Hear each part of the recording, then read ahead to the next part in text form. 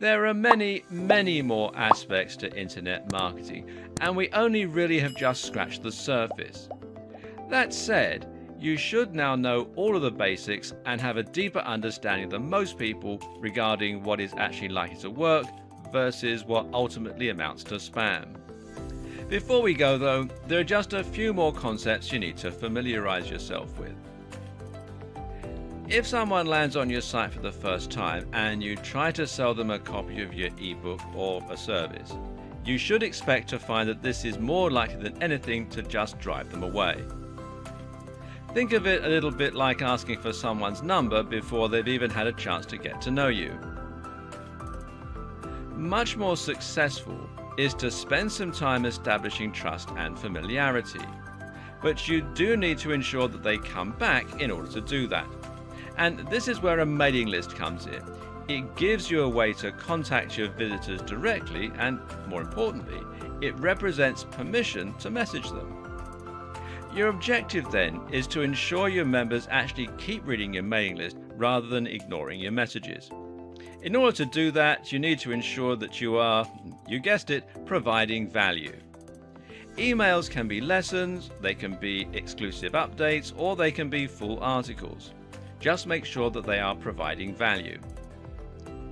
In order to start collecting emails and sending them out, you'll need a tool called an autoresponder. This is what will enable you to create forms as well as letting you manage new subscribers, people who want to leave your list, etc. etc. Good examples of autoresponder services include Aweber, which you can find here at aweber.com, GetResponse, which is getresponse.co.uk in the UK and getresponse.com everywhere else, and mailchimp.com. Don't ignore this aspect of your marketing. Many gurus suggest that this is the most effective tool in your arsenal. Press releases are short documents you send out to big bloggers and websites. The idea is to make your website or your product sound like news so that they will consider writing about it. The mistake a lot of marketers make is to think they can just promote their product and that the news outlet is going to be happy to write about it and essentially provide them with free exposure. Now, this is not how it works. Like you, magazines and websites are predominantly interested in providing value to their readers. So they'll only tell you a story if it's genuinely interesting or exciting. So ask yourself, how can you make your brand something people will be interested in reading about? A publicity stunt is one answer, doing something completely unique is another.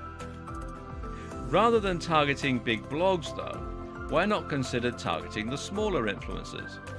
These are individual bloggers, YouTubers, social media stars and the like who have thousands or even millions of followers.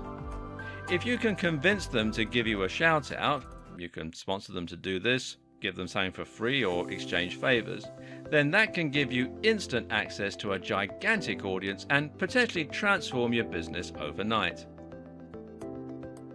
Finally, no matter what strategies you're using in your internet marketing campaign, it is absolutely essential that you are regularly checking your stats and analytics to ensure that you're actually making progress.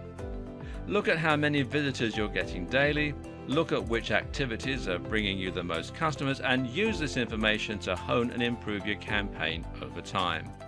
There are several different tools that you can use to do all this, but by far the most popular and capable is Google Analytics.